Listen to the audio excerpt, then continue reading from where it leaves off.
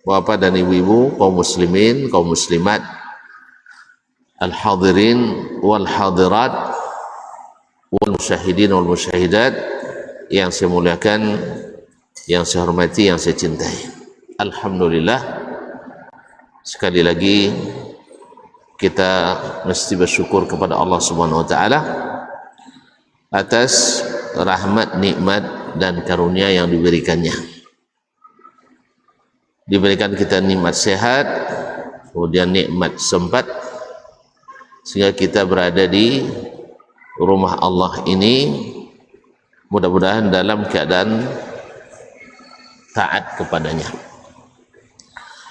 Semoga nikmat yang sudah kita dapatkan ini mudah-mudahan selamanya kita nikmati sampai akhir hayat kita nanti.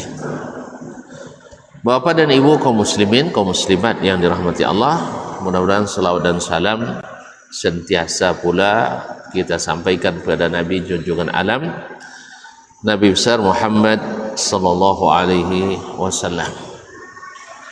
Mudah-mudahan salawat kita berbuah syafaat untuk kita di hari kiamat nanti.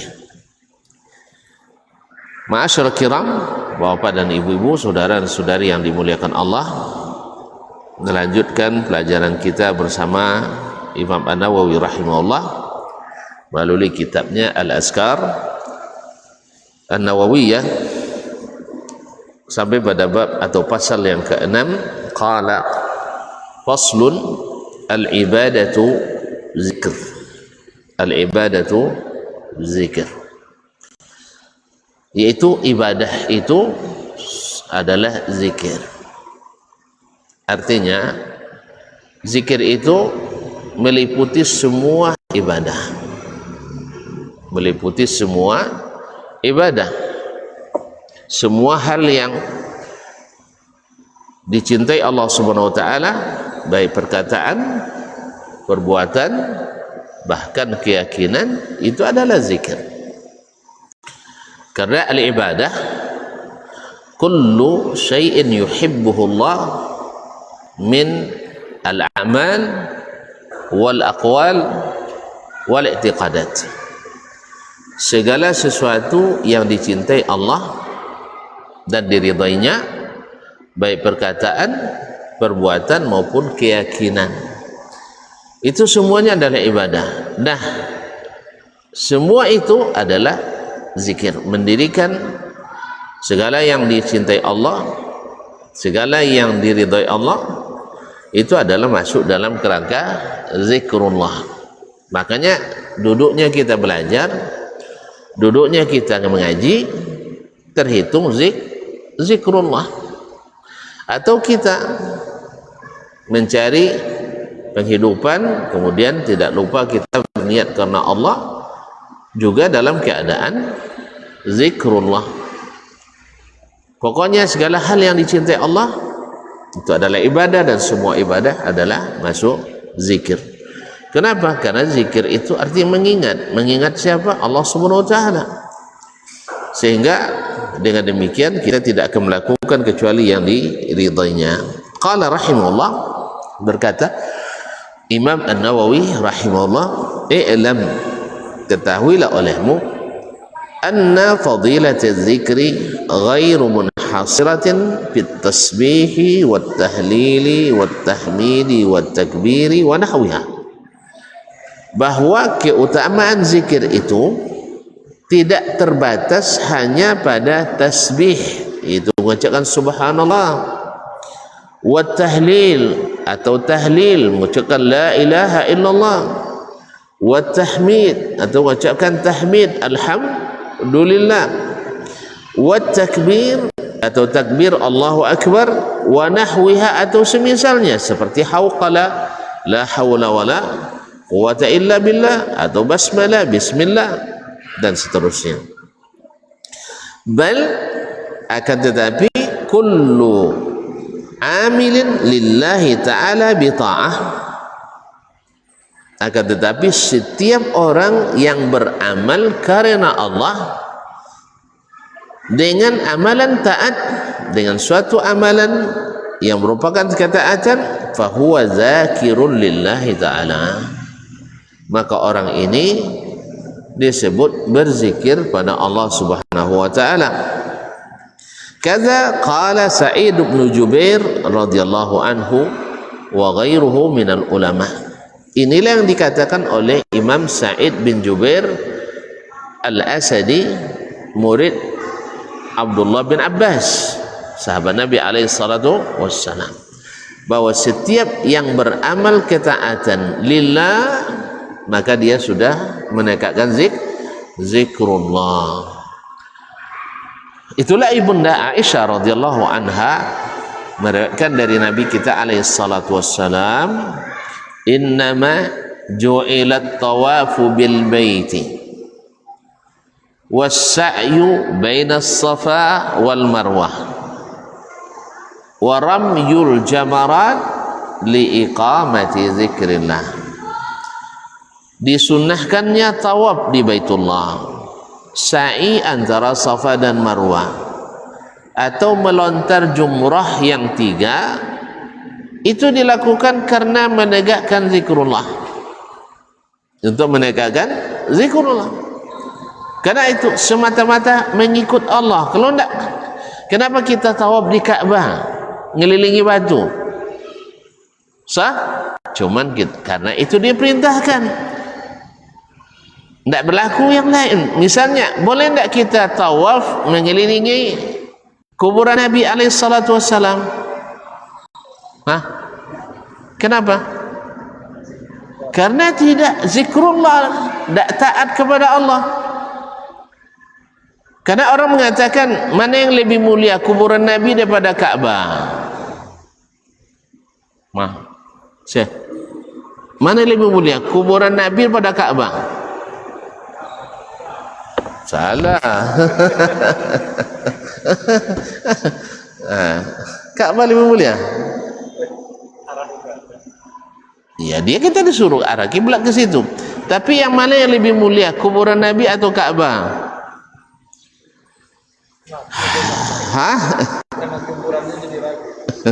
Karena kuburannya ya. Tidak, kan di situ ada Nabi alaihi salatu wassalam. Ini cara berpikir orang-orang yang nak berbuat sesuatu tapi tidak direstui Allah Subhanahu wa taala. Dia katakan kalau tawaf di Ka'bah dibolehkan, tentu tawaf di kuburan Nabi lebih dibolehkan. Karena apa? Nabi lebih mulia dari Ka'bah. Sahih. Seorang mukmin di mata Allah lebih mulia dari Ka'bah. Tak tahu tuan-tuan ya? La naqdul ka'bati hajaran ahwanu indallah min safki damil mu'min. Kata Nabi SAW, meruntuhkan Ka'bah sampai hancur berderai, sampai hancur, artinya menjadi batu-batu kecil, itu lebih ringan di sisi Allah daripada menumpahkan darah seorang mukmin. Berarti orang beriman lebih tinggi sisi Allah daripada Ka'bah. Ini enggak, orang Islam dibunuh, diam aja antum. Ka'bah mau diserang. Nah, itu. Jadi kaum muslimin bukan merendahkan Ka'bah, tidak. Jangan salah paham. Jangan salah paham. Ka'bah adalah kiblat kaum muslimin, dimuliakan Allah Subhanahu wa taala. Tetapi seorang mukmin lebih mulia dari enggak yakin nampak ada. Makanya tuan-tuan hina-hina juga saya. Menghina Ka'bah enggak berani. Kan ya? Menghina seorang mukmin berani tuan-tuan. Menghina Ka'bah enggak berani. Sah? Bukan. Seharusnya sebagaimana anda tidak boleh menghina Ka'bah, harus tidak boleh lagi menghina seorang mukmin. Karena orang mukmin itu lebih berharga di sisi Allah daripada Ka'bah sendiri. Jelas?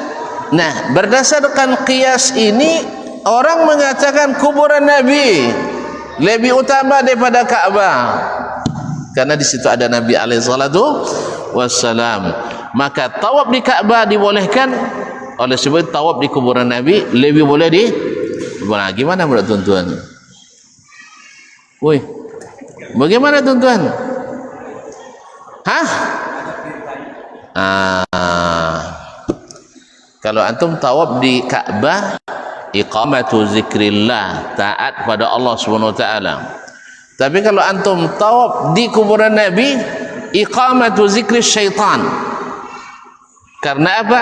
Karena tidak direstui oleh Allah dan Rasulnya sallallahu alaihi wasallam. Berarti siapa yang merestui? Siapa merestui? Syaitan. Ya Allah yahdi alaikum.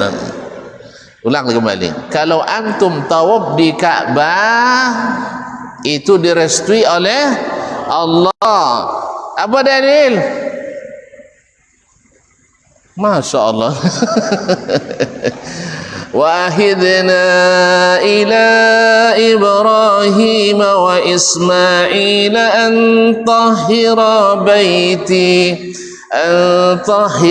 بَيْتِيَ لِلطَّائِفِينَ وَالْعَاكِفِينَ وَالرُّكَّعِ السُّجُودِ. Kami perintahkan kepada Ibrahim dan Ismail, sucikan rumahku. Untuk siapa? Lit-ta'ifin, untuk orang yang tawaf. Tapi ada enggak satu dalil saja bahwa Allah mensucikan kuburan Nabi untuk tawaf? Jawablah. Bilang enggak tahu. Enggak tahu kan selesai. Enggak ada. Makanya kias seperti ini kias syaitani, datang dari syaitan. Kita kalau bukan karena Nabi yang perintahkan, tak kita buat. Kalau bukan karena Allah yang izinkan, tak kita tawaf. Jelas kaum muslimin dan muslimat dirahmati Allah SWT. Makanya Umar bin Khattab radhiyallahu anhu mencium Hajarul Aswad. Gimana? Woi, mencium Hajarul Aswad bagus enggak? Zikrullah enggak? Bagus. Kenapa bagus? Karena Allah dan Rasulnya perintahkan. Nah, Umar radhiyallahu anhu ketika dia mencium Hajarul Aswad, apa dia bilang? Wallahi ya Hajar, inni la a'lam annaka hajarun la tandur wa la tanfa. Hai batu, demi Allah saya tahu anda ini hanya batu yang tidak bermanfaat dan tidak mendatangkan mudarat. Laula, ingat, laula, kalau bukan anni, saya melihat, anni ra'aitu Rasulullah sallallahu alaihi wasallam qabbalaka ma qabbaltuk. Kalau bukan karena Nabi, saya lihat menciummu, aku tidak cium.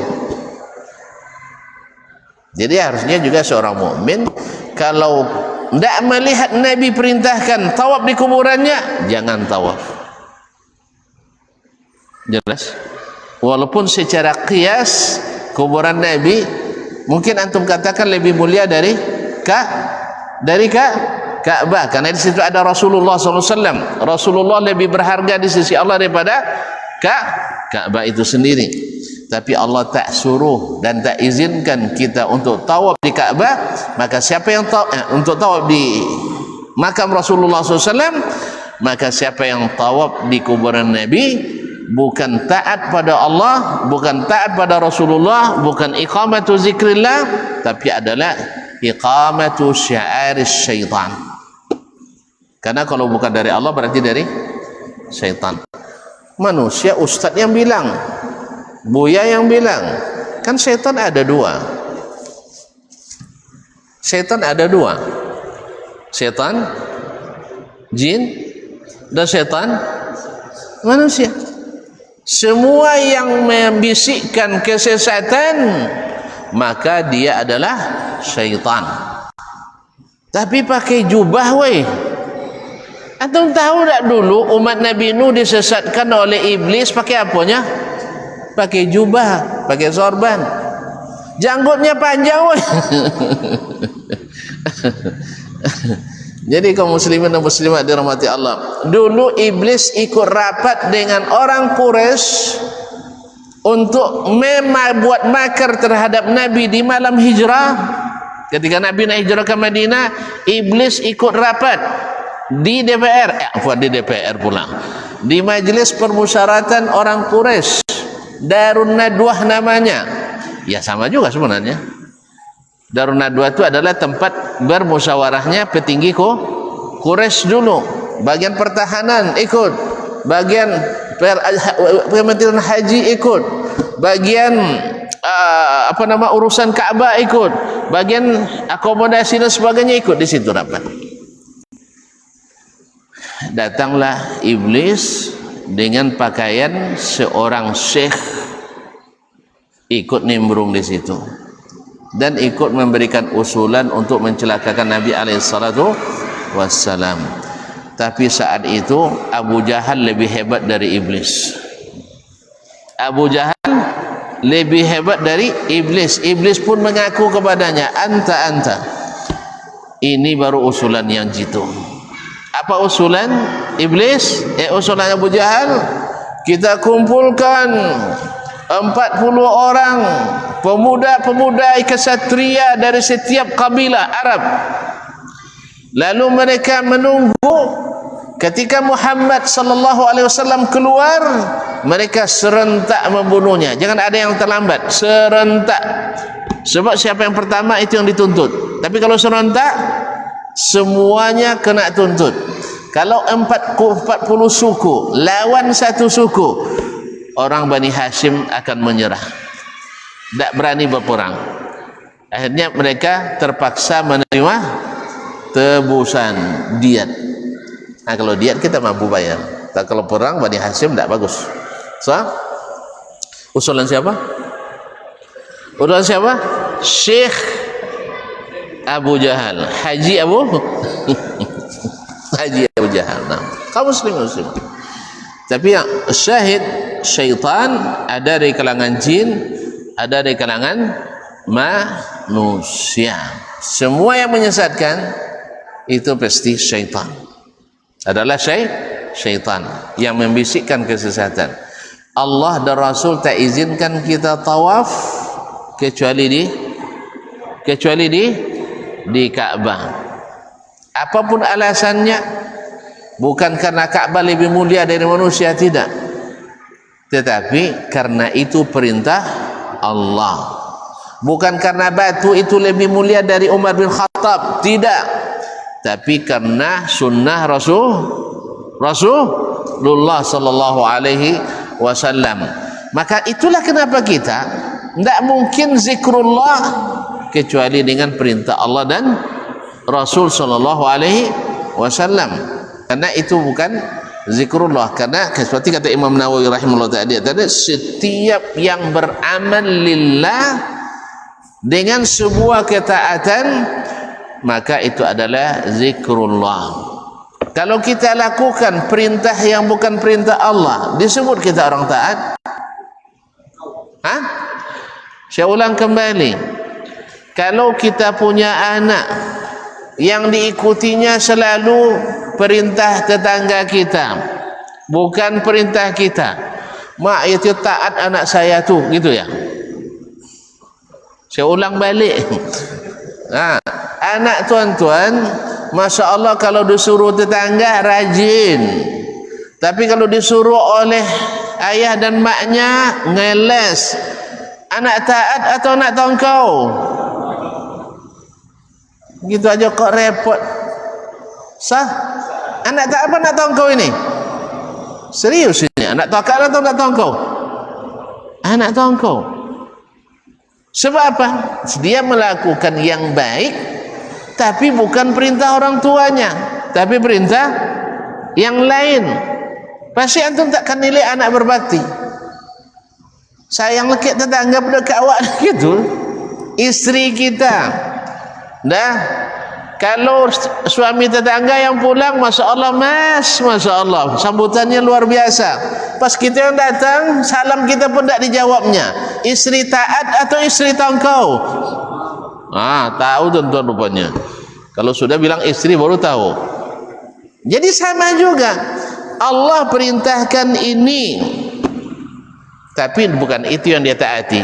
Tapi yang dia taati adalah perintah selain Allah, siapapun namanya, nak syaitan jin maupun syaitan manusia. berarti orang ini bukan berbuat taat, walaupun nunduk-nunduk, walaupun sampai tersungkur beribadahnya. Enggak. Siapa yang suruh Anda untuk melakukan itu? Ya, antum taat, baca zikir ini dan itu, tapi siapa yang suruh? Siapa yang suruh? Kiai. Berarti Anda orang yang taat pada kiai. Siapa yang suruh? Buya. Berarti Anda orang taat pada buya. Nah, yang taat kepada buya tanpa ada perintah dari Allah dan Rasul, dia bukan orang taat pada Allah dan Rasul. Makanya pahalanya suruh minta sama si buya. Pahala minta sama si kiai. Pahala minta sama si tuanku. Tapi kalau seandainya orang yang taat pada Allah, yang dilakukannya adalah perintah Allah Subhanahu wa taala. Jelas Mas Syekh? Jadi semua ketaatan itu yang dinilai zikrullah adalah ketaatan pada Allah dan Rasulnya sallallahu alaihi wasallam. Maka dikatakan tadi wa kullu amilin lillah. Setiap orang yang beramal karena Allah. Kalau orang yang melaksanakan perintah selain Allah karena Allah, dia beramal. Saya ulang kembali, setiap orang mengerjakan perintah selain Allah karena Allah, dia beramal? Pasti tidak. Pasti tidak. Contoh, ya, sebagian orang tua kita ketika nak berpesta pernikahan anaknya, lalu kita sampaikan pesta itu supaya barakah, harus kosong dari hal-hal durhaka, maksiat kepada Allah. Apa jawaban orang tua kita itu? Isu ada sabu, ada uang-uangnya, kecen wak musikin deh. Berarti dia berbuat itu karena Allah atau bukan karena Allah? Hah? Saya ulang kembali.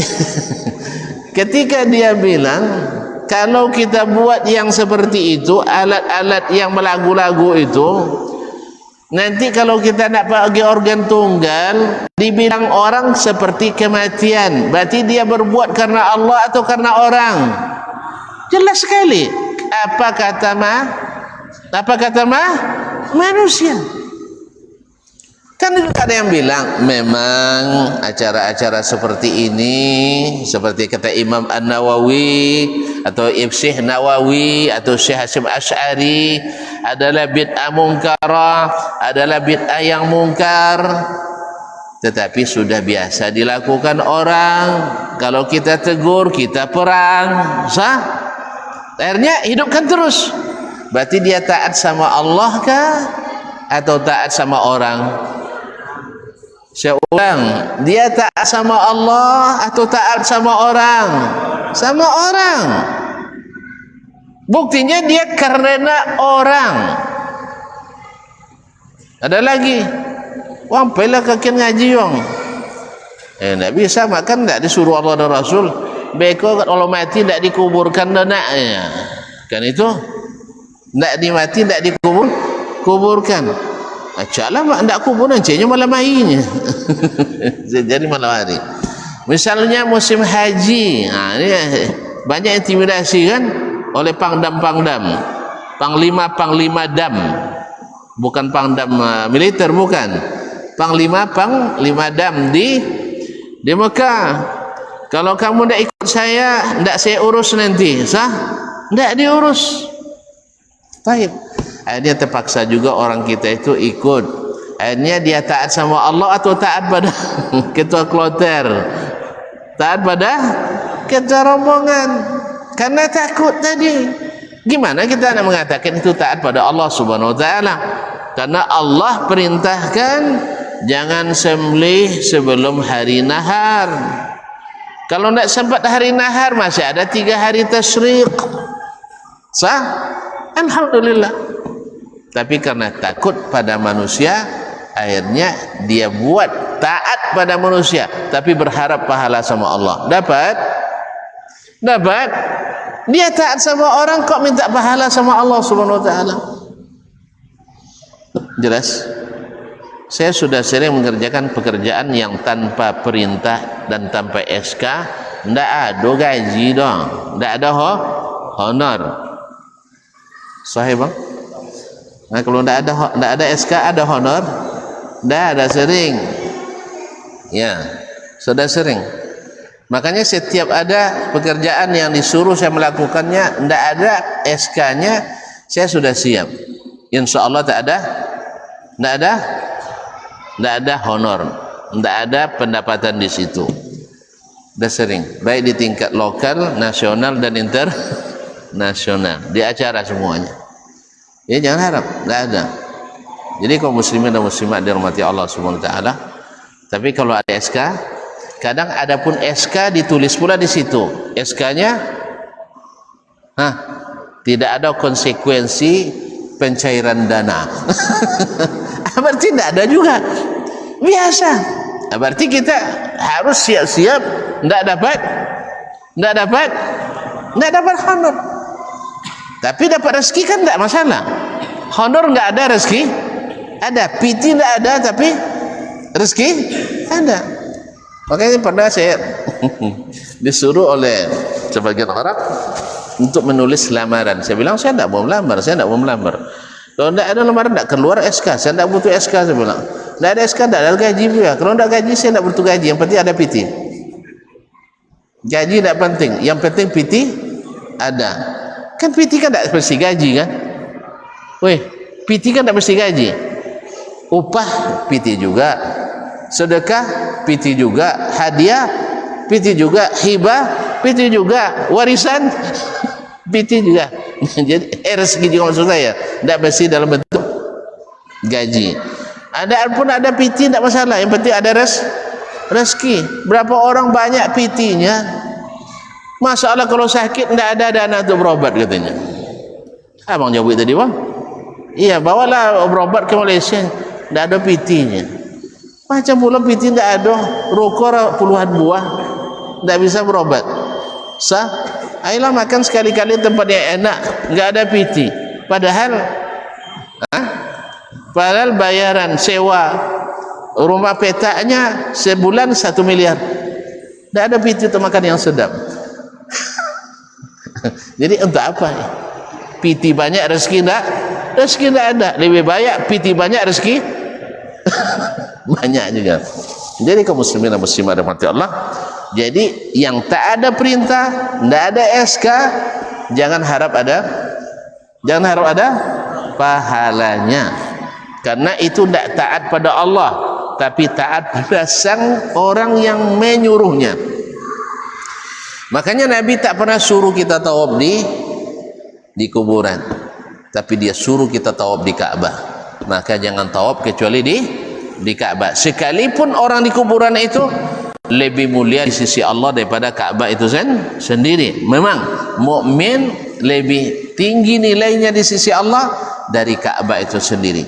Kalau tuan-tuan paham itu, jaga kehormatan seorang mukmin. Jangan rendahkan seorang mukmin. Karena merendahkannya adalah kefasikan. Fasik itu dosa besar. Membunuhnya adalah kekufuran. Nauzubillah.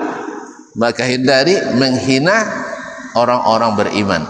Ya sekalipun tidak sepaham, sekalipun dia orang rendahan, tidak boleh dihina, tidak boleh direndahkan, tidak boleh diacuhkan, karena dia lebih mulia di sisi Allah daripada Ka'bah. Tetapi tidak boleh tawaf di kuburannya.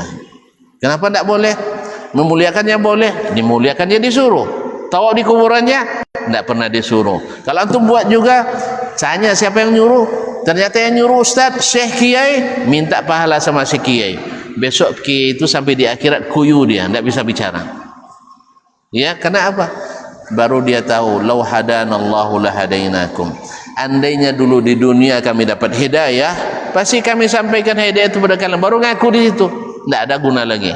Maka di sini pastikan bahwa kita buat ketaatan lillah, bukan selainnya. Karena kita ingin iqamatu zikrillah, bukan iqamatu zikri syaitan. Baik, masuk waktu saya. Dah, kita azan dulu lah. Nah.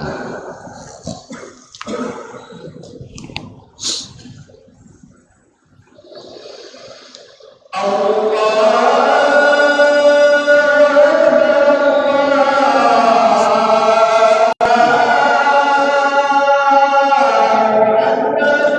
Allah Akbar, Allah Akbar.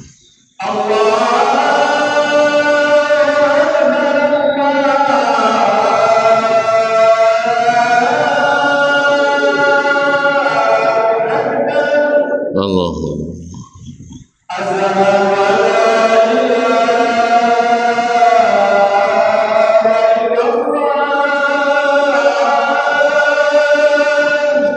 Asyhadu an la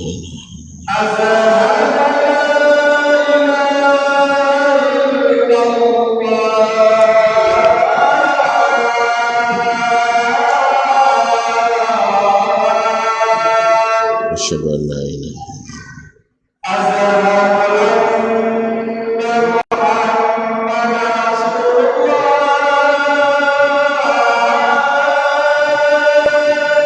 asyhadu an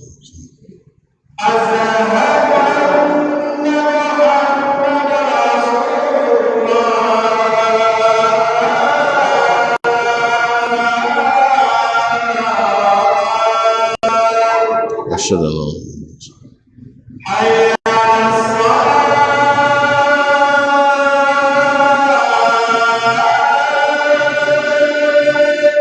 hawla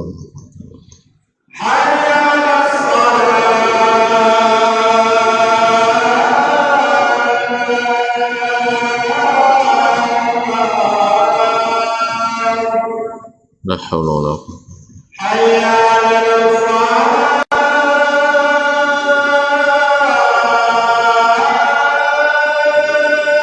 hawla wala quwwata la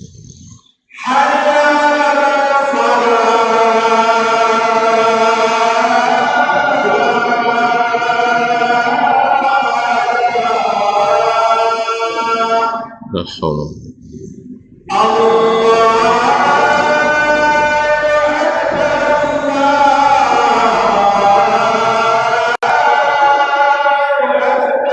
Allah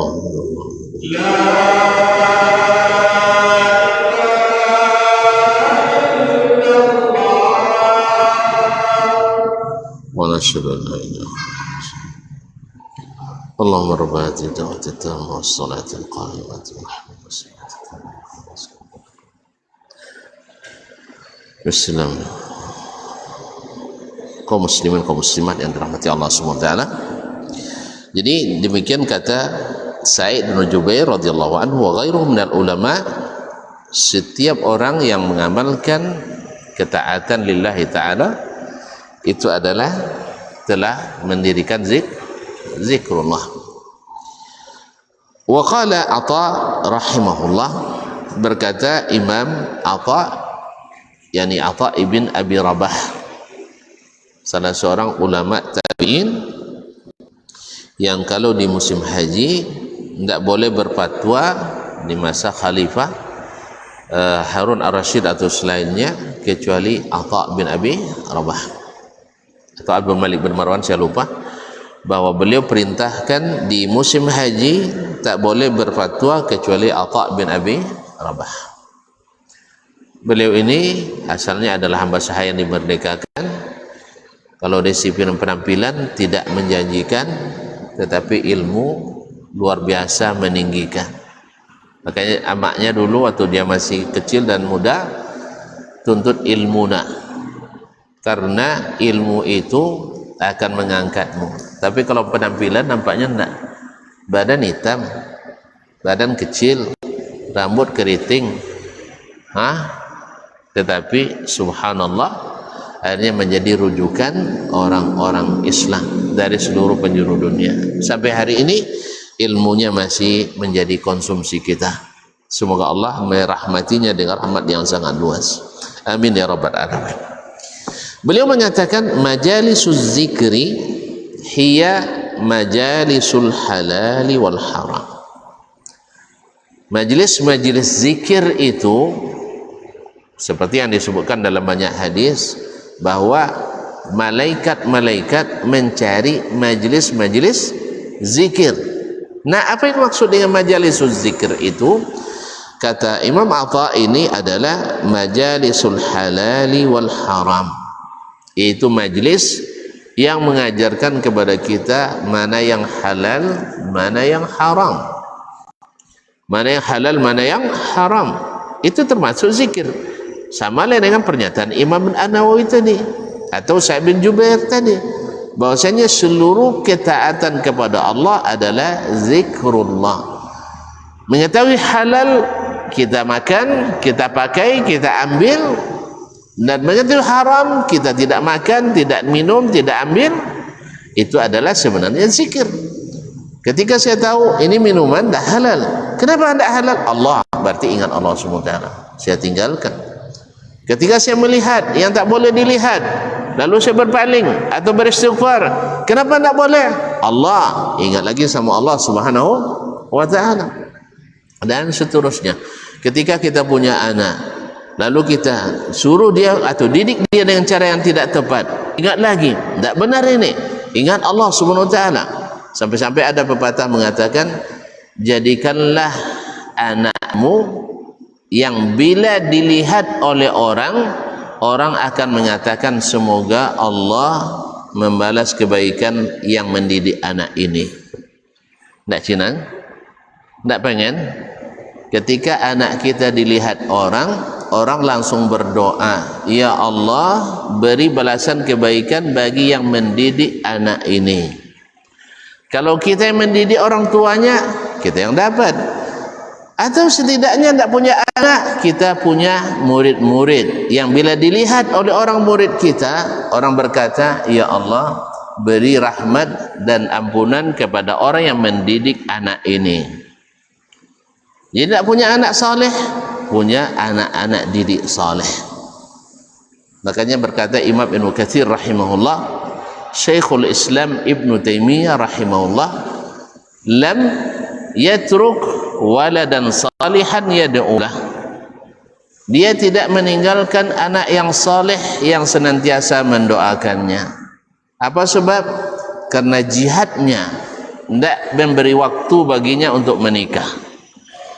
Mulai dari jihad menuntut ilmu sampai jihad melawan orang Tartar, orang Mongol. Beliau adalah di medan ilmu adalah seorang kesatria sejati, pembawa bendera ilmu, sampai orang-orang takut kepadanya. Karena di bidang apapun dia adalah ahlinya. Jadi kalau ada orang yang saking rajin memfitnahnya, bukan karena lebih tinggi ilmunya, karena Ibnu Taimiyah membongkar kejahilannya,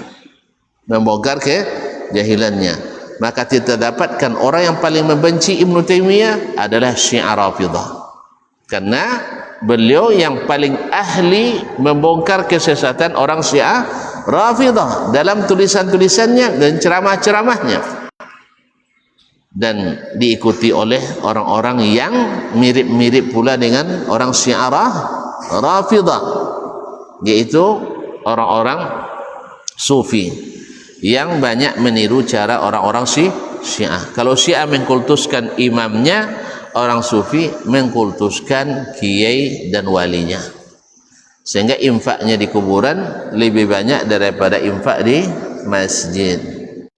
Masjid kita dia ada 5 karung setahun penghasilan infaknya, enggak ya? Masya Allah. Ada kuburan keramat, Masya Allah, 5 karung, bukan karung kerupuk, tapi karung padi. Itu kan abang bezo karung padi dengan karung kerupuk. Tahu bedanya? Karung kerupuk tidak bisa dipadat. Karung padi sampai dijak-injak memadatkannya. 5 karung setahun untuk satu kuburan. Kabarnya kiai itu punya 3 kuburan pula, kuburan keramat. Berarti 3 kali 5, 15 karung. Masya Allah. Kalau sempat masjid kayak gitu ya.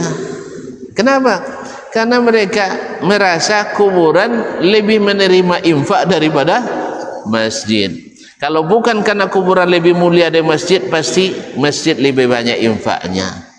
Cobalah cek di negeri kita atau di negeri yang banyak sufinya, pasti masjid tidak banyak infaknya, kuburan banyak infaknya. Sebuah kuburan di salah satu negeri Timur Tengah yang banyak tarekat dan sufinya, satu kuburan berpenghasilan minimal 50 juta pound. Ya lebih kurang 80 miliar setahun. Masya Allah, bisa bikin masjid megah itu ya. Makanya tidak mungkin dicegah, tidak mungkin dihentikan. Karena apa? Menjadi sumber PAD, pendapatan asli dayen. Jadi kaum muslimin dan muslimat banyak yang dapat setoran dari situ. Nasallallahu salamatul afiyah. Jadi kaum muslimin dan muslimat dirahmati Allah, maka majalis yang begini ini tidak mungkin diketahui kecuali dengan majlis ilmu. Nah, Syekhul Islam Ibnu Taimiyah adalah orang yang gencar di medan ilmu. Di medan jihad dia selalu jadi pemimpin pasukan berjihad melawan orang-orang Mongol, orang-orang Tatar dengan gagah berani. Ya, banyak para ulama kita yang seperti itu, mulai daripada Nabi sallallahu alaihi wasallam, daripada khulafa ar-rasyidin, mereka di ilmu adalah bintangnya, dan di medan jihad adalah kesatrianya. Nasallallahu ayyujuzul. Tapi beliau tak tinggalkan anak saleh, tapi yatruku atau taraka ummatan salihah yad'una lahu. Tapi beliau meninggalkan umat yang saleh yang mendoakannya. Termasuk mudah-mudahan kita yang sering mendoakan beliau. Kalau tidak ada anak kita, harus ada anak-anak kaum muslimin yang kita didik. Tapi setelah kita didik, nah orang nampak, auzubillah, siapa majunya? Paham tak? Ini anak siapa? Siapa ayahnya? Siapa gurunya? Auzubillah. Tapi hendaknya ketika anak itu dilihat orang mengatakan, Masya Allah, siapa ayahnya nih? Siapa maknya? Siapa gurunya? Pasti orang mendoakan, semoga Allah melapangkan kuburannya, semoga Allah memanjangkan umur kalau masih hidup, dan semoga berkah keturunannya. Tapi kalau nampak deh, anak siapa nih? Sawah luar biasa ini. Auzubillah. Nah, tahu sawahnya mas? Enggak ya? Apa gimana ya? Sawah apa bahasa? Brengsek ya? Auzubillah. Auzubillah. Jadi kaum muslimin, jadi kata beliau, majalisul halal wal haram kaifa tashtari wa kaifa tabi'. Bagaimana engkau membeli, bagaimana menjual. Itu juga majlis zikir. Wa tusalli wa tasum, bagaimana engkau puasa, bagaimana engkau salat. Nah, itu semuanya adalah majlis zikir. Wa tankih wa tutallik, bagaimana engkau menikah, dan kalaupun harus menjatuhkan talak, seperti apa pula kamu menjatuhkan talak. Wa tahujju wa ashabu dzalik, dan bagaimana kamu berhaji, berumrah, dan yang semisalnya. Nah, yang majlis itulah majlis-majlis yang dicari oleh para malaikat, karena itu adalah majlis-majlis zikrullah. Majlis zikrullah intinya bahwa sesungguhnya setiap napas ibadah kita itu adalah zikir. Dan pastikan ibadah itu taat kepada Allah, bukan taat kepada yang lain. Karena Allah lah yang bisa memberikan pahala, yang lain tidak bisa memberikan apa-apa. Wabillahi taufik wal hidayah. Wallahu taala alam. Saya kira sudah terang. Satu lagi yang minggu lalu kami menyampaikan bahwasanya duduk sejenak menuntut ilmu itu lebih baik daripada ibadah sunnah. Setahun Itu ibadah sunnah yang mana? Ibadah sunnah apapun. Ya. Tuh, enggak percaya? Kita timbang nanti di akhirat. Ya, begitulah kata Nabi alaihi salatu wassalam. Kok bisa? Kalau antum, sekarang saya bekerja di rumah saya sendiri. Saya bersihkan rumah, yang menikmati siapa? Saya sendiri. Sah? Berpahala? Iya.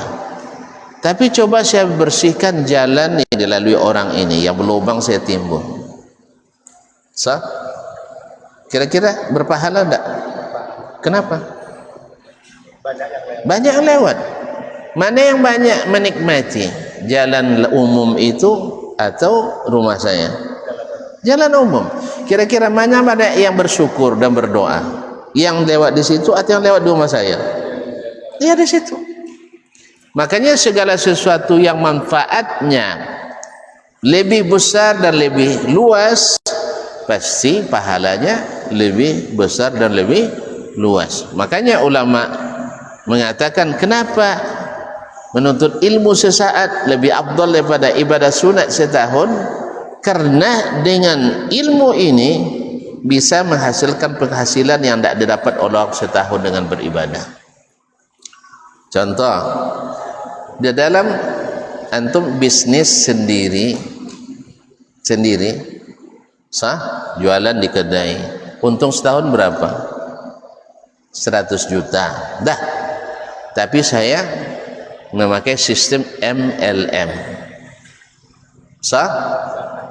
sampai saya punya anggota di bawah saya 1000 orang, masing-masing orang saya dapat setoran 1 juta. Mana lebih besar untung kita? 1000 kali 1000 1000 kali 1 juta 1 miliar. Antum hanya 100 juta. Kenapa? Sebab manfaat saya lebih luas daripada manfaat dia sendiri.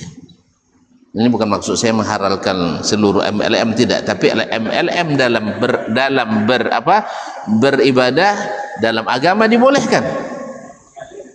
Sebab Nabi katakan man sanna atau man dalla ala khairin kafa'ilih, siapa yang menunjukkan jalan kebaikan maka dia dapat pahala seperti orang yang melakukan. Nabi SAW menunjukkan jalan kebaikan ke sahabat Abu Bakar. Abu Bakar menunjukkannya ke Abdurrahman bin Auf, ke Utsman bin Affan. Utsman bin Affan menunjukkan lagi ke keluarganya, Abdurrahman ke keluarganya, tetangga dan kerabatnya. Coba kalau seandainya Nabi selamanya berkhalwat di Gua Hira, manfaat ini ada baginya? Tidak. Dia saleh, iya, tapi pahalanya terbatas. Sekuat apapun dia beribadah tetap 24 jam juga bisa. Tapi kalau seandainya dia sudah berdakwah, Masya Allah, setiap orang yang salat hari ini Nabi dapat pahalanya. Setiap orang yang puasa Nabi dapat pahalanya. Orang bersedekah Nabi dapat pahalanya. Terbayang? Dah. Perlu jelasan panjang lagi? Alhamdulillah. Itu makanya ilmu lebih afdal dari sekedar ibadah. Kalau cari fadilatnya lebih banyak, Nabi katakan syaitan lebih takut kepada seorang alim daripada kepada 1000 ahli ibadah. Berarti kalau ada orang paling dimusuhi oleh syaitan, baik syaitan jin maupun manusia, pasti ahlul ilmu. Kalau orang yang kerjanya di musalla nak 10 tahun dia tidak keluar di musalla itu, ada orang yang akan menyerangnya, ada orang yang akan mencelanya. Kenapa tidak? Ini aman nih. Ini aman ini. Tidak akan memajukan karena dia sendiri. Oh tidak, dia 30 orang, iya 30 orang saja. Tapi kalau seorang alim tidak, sekali duduk berapa banyak orang dapat hidayah. Contoh tadi, kalau seandainya ada di antara kaum muslimin yang tawaf pula di kuburan Nabi ketika umrah misalnya, setelah mendengar ini lalu dia tinggalkan, dia bertobat, lalu disampaikan kepada yang lain, berapa pahala yang saya dapatkan? Kemudian guru saya mengajarkan, guru saya sampai ke Rasulullah SAW. Semua itu, makanya Imam Asy-Syafi'i rahimahullah mengatakan nasab yang paling panjang adalah nasab ilmu. Kalau nasab keturunan kita kadang itu putus. Tak tahu lagi datuk di atasnya enggak tahu lagi. Tapi ilmu enggak, sampai hari ini ilmunya bersambung sampai ke Nabi alaihi salatu wassalam. Dah paham saya? Jangan diperpanjang lagi. Habis kok. Dah, kita tutup aja ya. Karena sudah terang. Kalau tak dibicarakan lagi gelap lagi nanti. Biarkan seterang itu. Ya, kata kuncinya, setiap amalan ketaatan pada Allah itu adalah zikrullah. Itu kata kuncinya. Berarti kalau ketaatan pada selain Allah Seulang balik, bukan zikrullah. Maka pastikan seluruh yang diperintahkan oleh orang kepada kita mesti ada landasan dari Allah dan Rasul sallallahu alaihi wasallam. Kalau tradisi tak punya pahala, budaya tak punya pahala, bahkan negara tak bisa memberikan pahala. Uang APBN aja kurang, kena tunda bayar kita. Utang luar negeri sudah melebihi kapasitas yang harus diambil. Mau dikemanakan? Tapi Allah Maha Kaya. Jadi jangan harap pahala kecuali dari Allah, dan Allah tak akan berikan kecuali atas perintahnya. Maka jangan kerjakan kecuali yang Allah dan Rasul perintahkan, karena kita tidak mungkin taat kecuali dengan perintah Allah dan Rasul sallallahu alaihi wasallam. Kalau tidak kita taat bukan pada Allah, taat pada orang lain. Nasallallahu alaihi wasallam. Terima kasih dan mohon maaf. Wabillahi taufiq wal hidayah. Wallahu taala alam wa sallallahu ala nabiyyina Muhammad wasallam. Wassalamualaikum warahmatullahi wabarakatuh.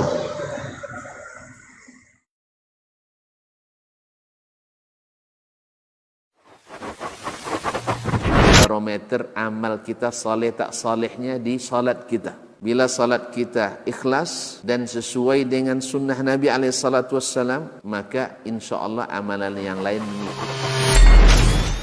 Ini aktivitas ini membantu saya di akhirat atau akan menyulitkan saya di akhirat?